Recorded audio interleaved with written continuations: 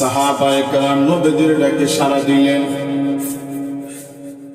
এমন সময় একজন নারী তার দুধের বাচ্চারে টাওয়ালে জড়াইয়া নবীজির সামনে নিয়ে এসে বলল, ইয়া রাসূলুল্লাহ, ইয়া হাবিবাল্লাহ, ওগো নবীজি, আমার উপযুক্ত কোনো ছেলে নাই, আমার দুধের শিশুটা আমি জিহাদের জন্য নিয়ে এসেছি। নবীজি অবাক হয়ে বলেন, মা, এটা কেমন কথা? তোমার শিশু তো হাঁটতে পারে না। কুলের শিশু কুলে শোভা পায়, তার উপর তো জিহাদ ফরজ না, নারীদের উপর জিহাদ ফরজ না। বিকলাঙ্গ, প্রতিবন্ধী, হাত নাই পা নাই, এমন মাহজুর মানুষগুলোর উপর জিহাদ ফরজ না। তুমি তোমার বাচ্চারা নিয়ে আসলা, জিহাদের বয়স হয়নি।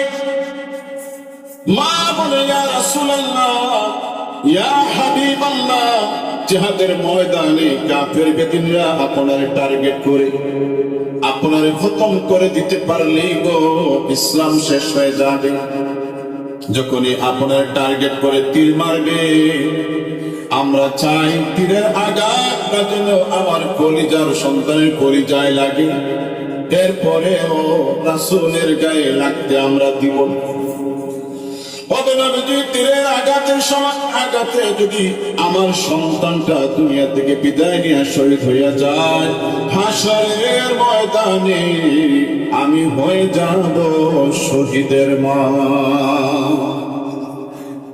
আওয়াজে বলেন সুবহানাল্লাহ, সুন্দর করে বলেন। আর ভালোবাসা রাসূল নিজে বলেছেন, লা ইউমিনু আহাদুকুম হাত্তা আকুনা আহাব্বা ইলাইহি মিন ওয়ালিদিহি ওয়া ওয়ালাদিহি ওয়ান নাসি আজমাইন।